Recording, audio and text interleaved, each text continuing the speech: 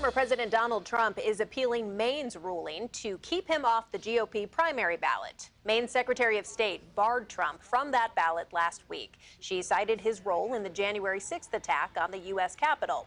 Now, Trump is also expected to ask the Supreme Court to rule on his eligibility to be on the Colorado ballot. Lot to discuss with this, so joining me today is David Dulio, professor of political science at Oakland University. Thanks for joining me, as usual. Thanks for having me. Happy New Year. Happy New Year to you. Welcome back. This is going to be a tiring year, I can already tell. So let's start with Maine. In his appeal, he argues that Maine's Secretary of State has no legal authority to bar him.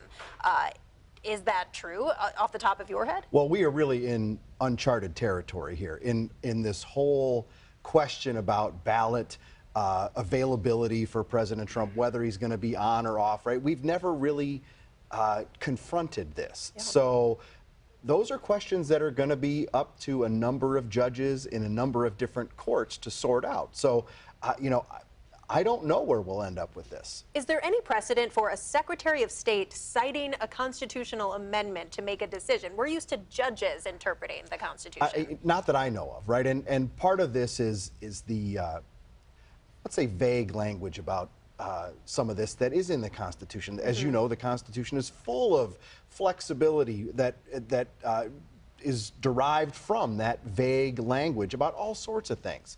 And it's up to the courts, as it has been for 240 some years, to figure it out. Yeah, so ultimately it seems likely this will all come before the Supreme Court. Absolutely. I would be shocked if they did not take it up. If they didn't, we would be left with a hodgepodge of different rulings from different states, right? Which is really our federalist system at work, right? Where states are in fact empowered to run elections based on the Constitution. And this is that playing out, where different states are approaching this question in different ways. So then what? Does the Supreme Court take it and we wait till late June, early July for them to issue it like any other ruling? How would that play out? That's a good question. I think, first of all, they have to, an appeal has to get to them first. And the situation in Maine that you referenced it's frankly a long way from that, right? They have to go through the state court process, and then once the Maine Supreme Court would make a ruling, only then would it go to the U.S. Supreme Court. And we've got a lot of time in between those steps. So there are lawsuits pending in more than a dozen states now trying to do the same thing that Colorado and Maine have already done. I mean, there's been this debate about whether it would be good for the United States if Trump is removed from the ballot, removing politics from it altogether. People saying, well, if people want to vote for this candidate, it wouldn't be good for democracy if they didn't have that opportunity. Do you have any thoughts on that debate that's kind of playing out in this whole process? Well, I think what I would say about that is you're seeing those kinds of comments come from across the political spectrum. Trump's harshest critics are never going to advocate for him to be on the ballot. But you are seeing a number of Democrats say, hey, look, maybe we shouldn't take this step, right? And you've seen some folks say that they think it would cause an uprising or certainly protests. That I'm sure would happen. I think too the fact that it is in the Constitution though makes it a legitimate move, right? But the other piece of it is right, and the Section 3 of the 14th Amendment is really the key language here, and it talks about insurrection, right? Well, Donald Trump hasn't been convicted or even charged with that as a crime to this point. So we have these secretaries of state, as the one in Maine, right, sort of interpreting the actions from January 6th of 2021 in a way that they are making the decision, as you mentioned before. Yeah, it's such a complicated decision. I didn't go to law school, but when, you hear this came in during the Civil War, right after, correct? Right, absolutely. And it was really around a different set of contextual factors, right? Yeah. And a different political environment, really. So, and again, it's nothing we've ever seen before.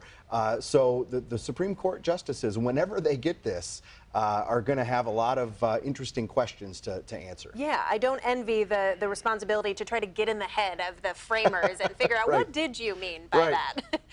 But if it does come down to that, isn't there a way that the Supreme Court could issue a ruling without really making that call, without really defining what Section 3 of the 14th Amendment means? Well, they're the Supreme Court, the court of last resort, right? They can do anything, right? It's totally their discretion. And we have seen in some high-profile cases in the last 10 or 12 years where the court has, you know, some might say punted on the substance of an argument and made a ruling based not on a technicality but on a procedural piece, kind of sidestep it, right? And where they can sort of go around it and they get to a result without making a really firm decision about what language means. Yeah, in this case, what might that look like? Would that be them saying, well, we can't say whether that amendment applies, but we can say this part of your argument doesn't apply? And so many things could come up as that gets argued, right? You know, the fact that the Constitution in another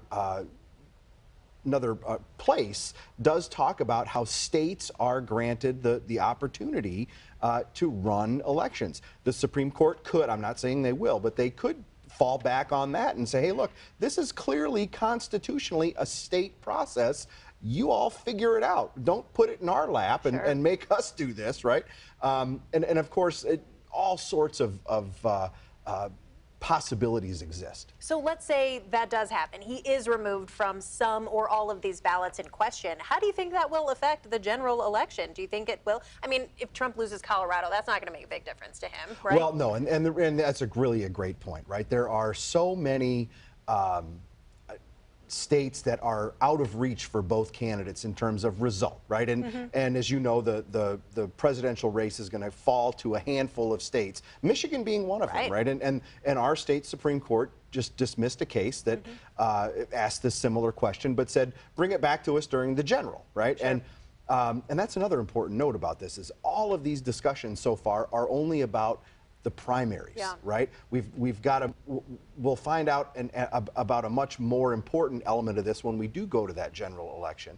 But really where it matters is in those states where the outcome is up for grabs, where it's unknown, right? Places like California and Mississippi, right? Those are states that aren't going to be competitive, unlike here in Michigan.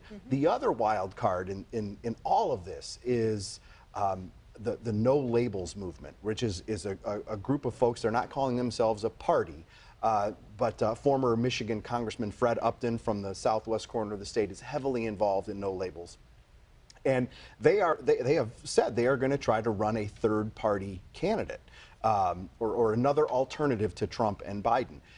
You throw that in the mix with all of the ballot access questions, and you've got something we've never seen before in American politics. 2024 already off to an interesting start. Dave Dulio, professor of political science at Oakland University. As always, thanks for joining us. Thanks for having me. Appreciate it.